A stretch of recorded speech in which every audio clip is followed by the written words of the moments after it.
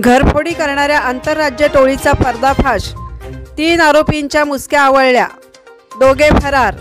रायगड पोलिसांच्या स्थानिक गुन्हे शाखेची कामगिरी। 15,50,000चे दागिने हस्तगत, 24 बुलेट्सही केल्या जप्त। घरफोडी करणाऱ्या आंतरराज्य टोळीचा रायगड पोलिसांच्या स्थानिक गुन्हे शाखेने पर्दाफाश केला आहे। या प्रकरणी पोलिसांनी मोठ्या शिताफीने कारवाई करत 3 आरोपींच्या मुसक्या आवळल्या आहेत।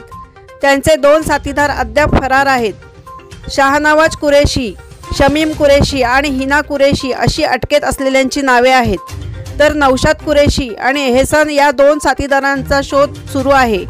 अटक केलेल्या आरोपींकडून रायगड, रत्नागिरी आणि सातारा जिल्ह्यातील 10 गुन्हे उघडकीस आले आहेत। यात 15,50,000चे सोन्याचे दागिने हस्तगत करण्यात आले आहेत।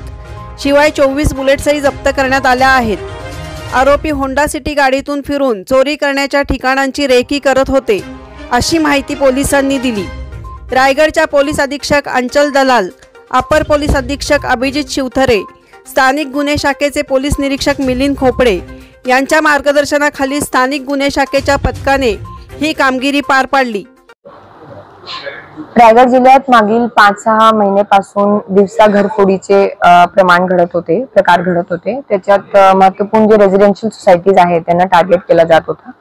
तर LCB रायगडने काही टेक्निकल इन्व्हेस्टिगेशन करून असे लोकांचा शोध घेतला जे की उत्तर प्रदेशचे निघाले आणि हे HBT करायला फॅन्सी गाडींचा वापर करत होते। आपले गुन्ह्यात होंडा सिटीचा वापर केला गेला होता।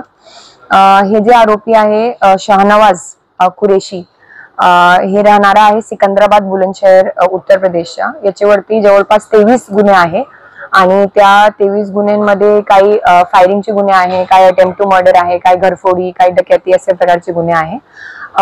ह्या आरोपींकडून आपण जवळपास 15,50,000चे सोन्याचे दागिने जप्त केलेले आहेत, जे आमचे वेगवेगळे पोलीस स्टेशन जसं रोहा, पोलादपूर, पाली, श्रीवर्धन, महाड शहर या ठिकाणी घरफोडी करण्यात आलेली होती, त्याच्यात चोरी गेलेले होते।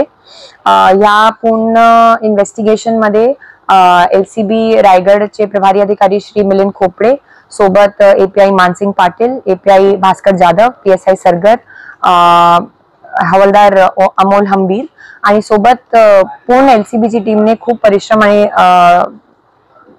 म्हणजे चांगली इंटेलिजन्स गॅदर करून हे गुन्हा उघडकीस आणलेला आहे। धन्यवाद।